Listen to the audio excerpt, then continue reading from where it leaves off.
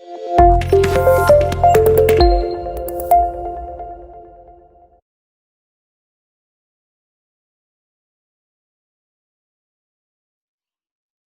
And liabilities में equity share holders funds number 1, number 2 share application money pending allotment, number 3 non current liabilities, number 4 current liabilities. Current liabilities most important major head of the balance sheet. बहुत सारी चीजें सीखेंगे हम इसमें एक एक करके. तो पहला सब head short term borrowings. Long term borrowings non current liabilities में कि आपने बोरो करे पैसे एक साल से ज्यादा के लिए. शॉर्ट टर्म बोरोइंग्स आपने बोरो करे पैसे एक साल से कम के लिए. ध्यान से देखना. तो शॉर्ट टर्म बोरोइंग्स क्या है? They are the borrowings which are due for payment within 12 months. आपने बोरो ही 12 महीने से कम के लिए करे from the date of balance sheet or the operating cycle, whichever is earlier. अब whether a borrowing is a short term borrowing or a long term borrowing, it depends on the date of borrowing. Date of borrowing.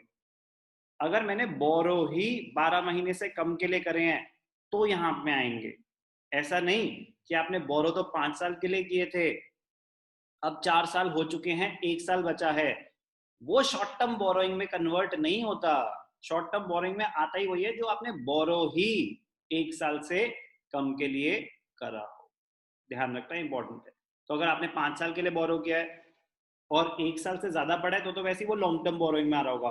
लेकिन अगर 5 साल के लिए बोरो किया था, 4 साल हो चुके हैं, अब 1 साल के अंदर अंदर रीपे करना है, तो वो जाता है current maturities of long term debt. आएगा करंट लाइबिलिटीज में, बट शॉर्ट टर्म बोरोइंग्स में नहीं, अदर करंट लाइबिलिटीज में. तो यहाँ पे मजेदार दिमाग लगेगा कि कौन सा आइटम किस सब हेड में जाएगा.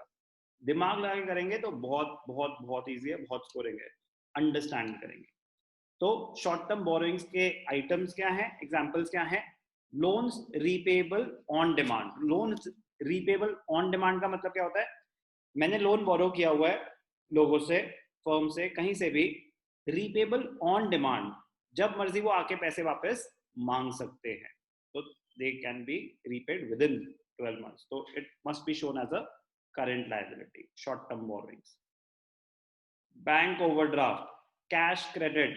बैंक ओवरड्राफ्ट आपका नेगेटिव बैंक बैलेंस, अगर आपको बैंक ये फैसिलिटी देता है तो बैंक ओवरड्राफ्ट आपका हो सकता है. एक और फैसिलिटी होती है कैश क्रेडिट, कि बैंक ने मुझे शॉर्ट टर्म क्रेडिट दिया है. शॉर्ट टर्म होती है कैश क्रेडिट, हमेशा शॉर्ट टर्म. बैंक ओवरड्राफ्ट हमारी शॉर्ट टर्म लायबिलिटी होती है. Loans from other parties. Loans from other parties repayable with in 12 months from the date of loan. From the date of loan within 12 months.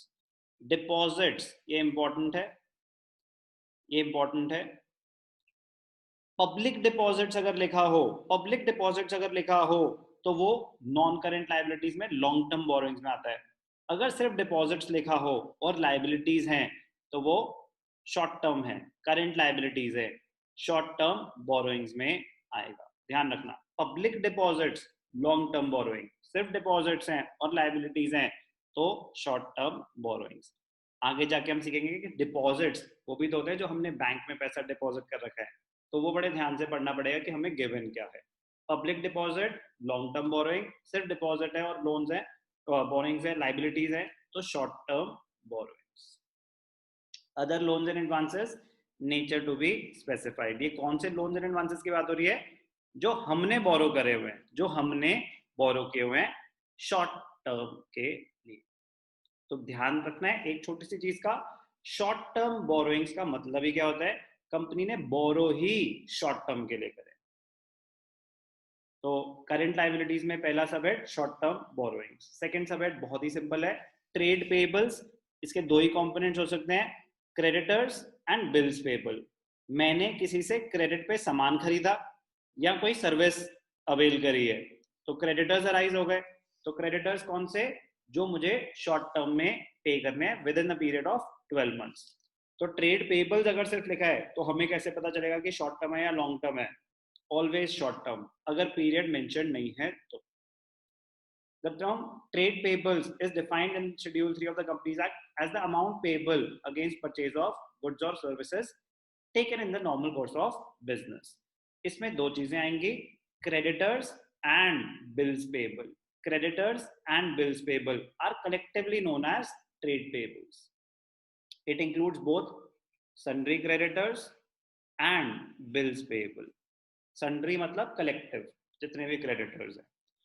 A liability on account of a transaction which is not the normal business of a company is not shown as trade payables. Trade payables में आएगा जो आपका normal routine business, जिस चीज में आप deal करते हो, उनसे related आपके कुछ business से related आपने कोई goods purchase करे हैं, service avail करी है, उससे related अगर creditors हैं, bills payable है, तो वो आएंगे यहाँ पे. फॉर एग्जाम्पल, और जो उससे रिलेटेड नहीं है वो यहाँ नहीं आएंगे, तो वो कहाँ चले जाएंगे? वो एक सेपरेट उन्होंने सबहेड क्रिएट किया, other current liabilities. Trade payables का मतलब ही क्या होता है? ट्रेड, बिजनेस से अराइज हुए. For example, a company sells its fixed assets through an agent.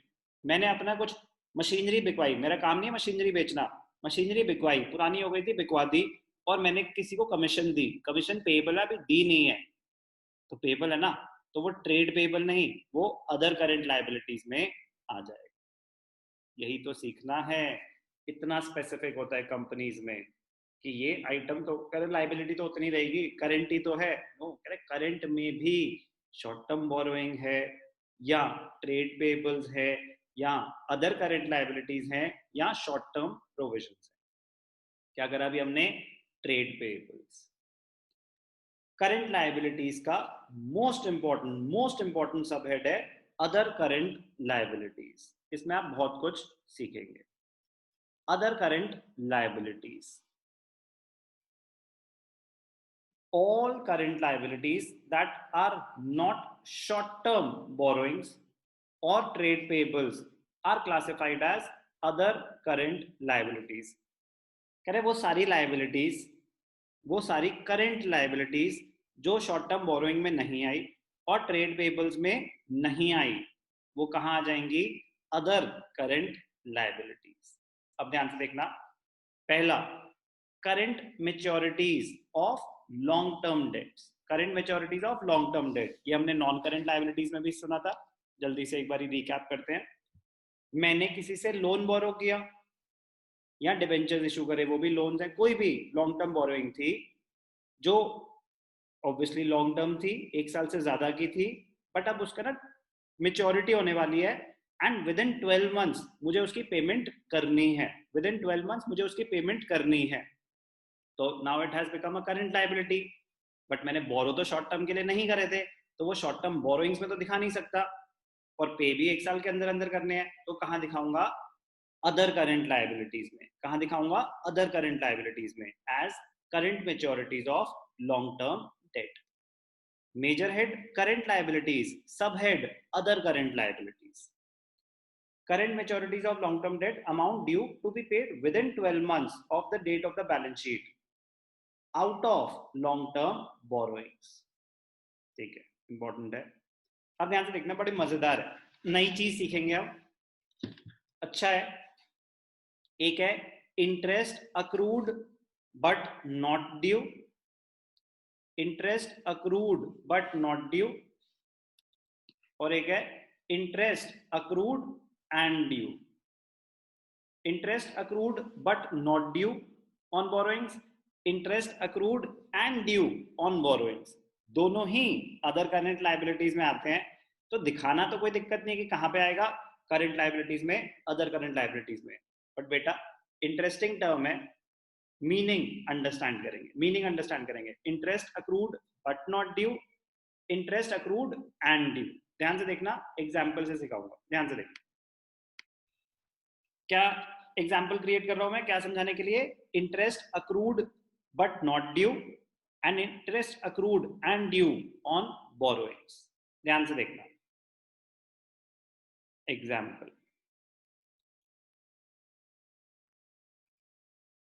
8% debentures were issued on 1st October 2020. Interest is to be paid yearly. Interest is to be paid yearly on 30th September. हर साल 1 अक्टूबर को हमने issue करे तो साल खत्म कब होता है? 30th सितंबर को। तो हर साल 30th सितंबर को इंटरेस्ट पे किया जाएगा। Interest is paid yearly on 30th सितंबर। अब ध्यान से देखना, ध्यान से देखना।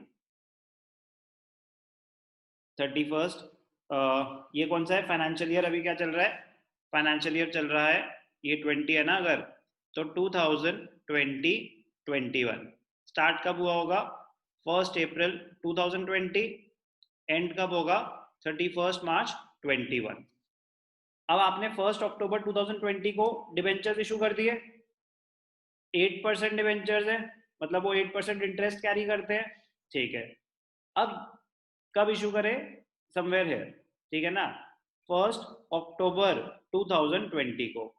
अब ये जो इंटरेस्ट पेएबल है, ये तो 30th सितंबर 2021 को अब इंटरेस्ट ड्यू होगा इसका, ठीक है।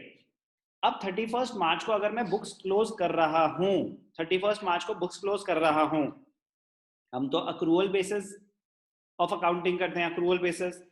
तो 6 महीने के लिए आप पैसा तो यूज कर चुके हो, 6 महीने के लिए पैसा तो यूज कर चुके हो, तो जो 6 महीने का इंटरेस्ट है वो अक्रू तो हो चुका है, बट अभी ड्यू नहीं हुआ। ड्यू कब होगा? 30th सितंबर। ध्यान से देखना, सिंपल सी चीज थी, बट अंडरस्टैंड करेंगे तो तरीका होता है ना सिंपल से, एक एग्जाम्पल से ही समझ आ सकती है ये बात, बहुत सिंपल है, बट एग्जाम्पल के साथ। In the above case, interest has accrued, interest has accrued for 6 months on 31st March 2021, but it has not yet become due, or it is not yet due. It will be due on, it will be due on 30th September 2021। तो क्या था ये? Interest accrued but not yet due, interest accrued but not yet due. ध्यान से देखना, क्या सिखाया मैंने आपको? Interest accrued but not yet due. तो अब हमें और ज्यादा इजीली अंडरस्टैंड कर पाएंगे हम, क्या? Interest accrued and due, interest accrued and due, interest accrued and due. तो सेम कहानी, बट अब इसमें क्या है? डिबेंचर्स, एक और एग्जांपल करेंगे। इसमें क्या हो रहा है? Debentures were issued, debentures were issued on, debentures were issued on 1st April, debentures were issued on 1st April 2020। 8% debentures ही हैं, ठीक है। अमाउंट से फर्क नहीं पड़ता, कॉन्सेप्ट समझना है। 8% डिबेंचर्स हैं, 1st April 2020 को इशू करे,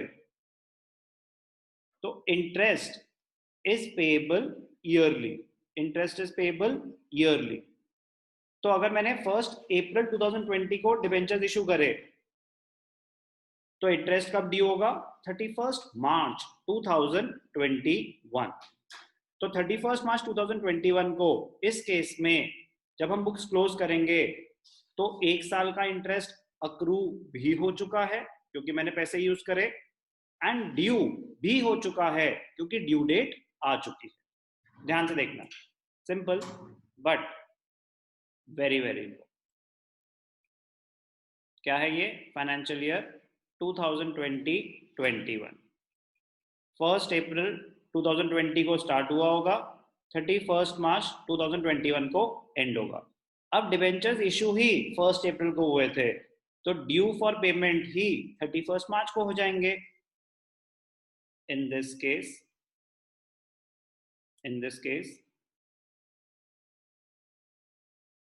interest on debentures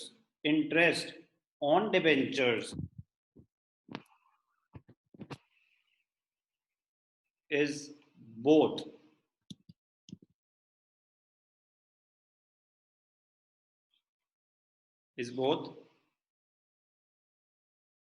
accrued and due.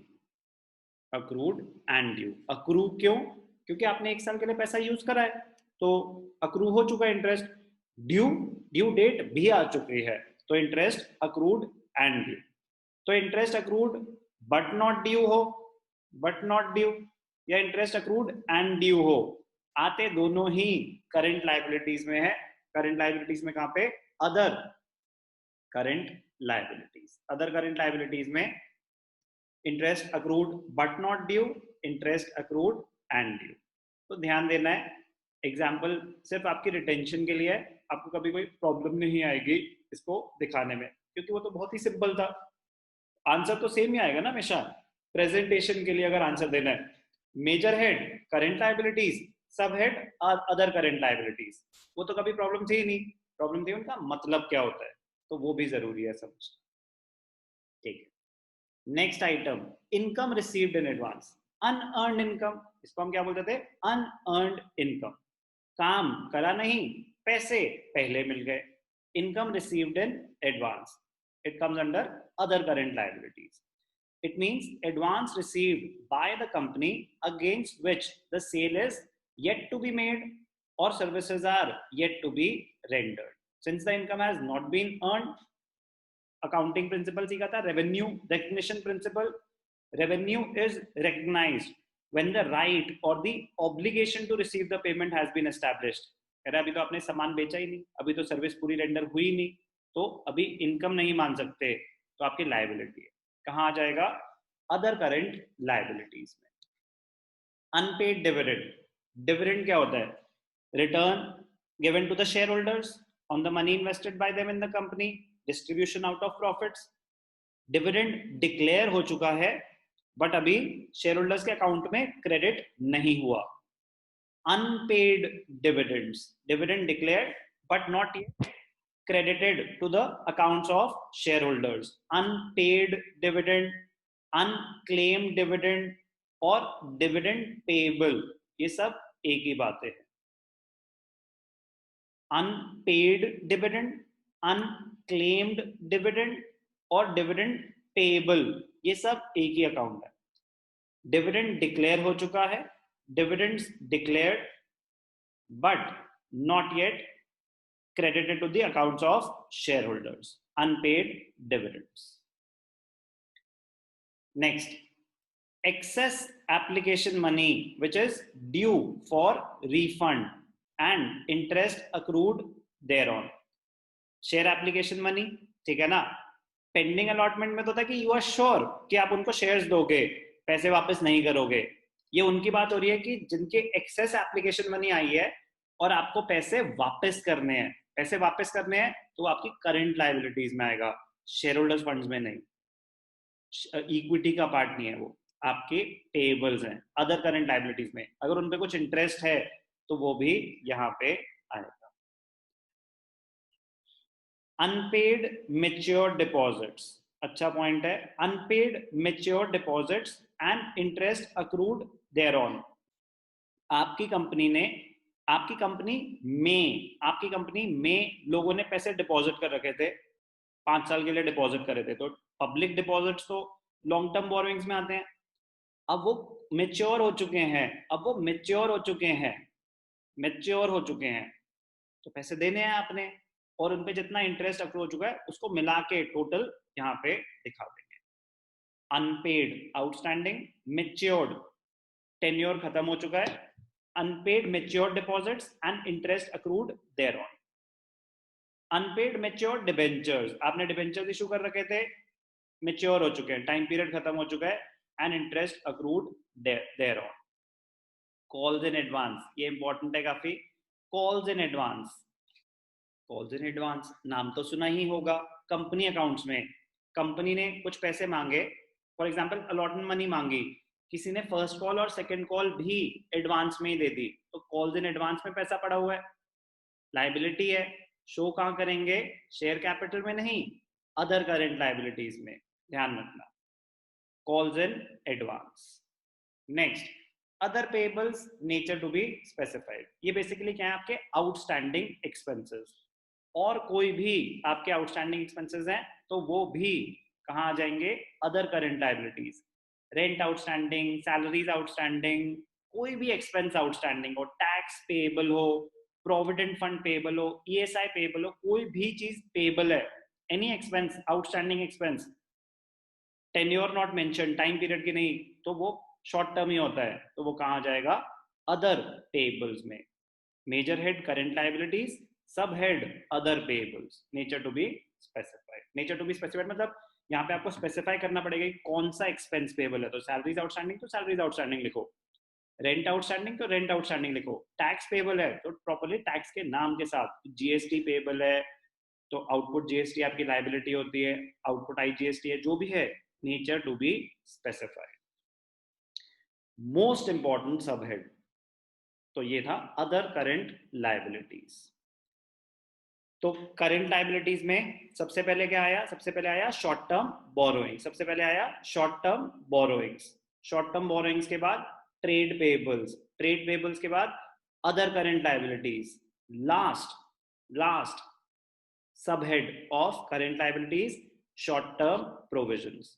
तो प्रोविजन का मीनिंग तो सेम ही है, प्रोविजन का मतलब क्या होता है? Amount set aside out of profits to meet some liabilities the amount of which can not be ascertained with accuracy. आपने पैसे तो देने ही है किसी के, कितने देने हैं एग्जैक्टली ये नहीं पता, बट ये पता है कि एक साल के अंदर अंदर देने हैं, तो वो शॉर्ट टर्म प्रोविजन हो जाएगा।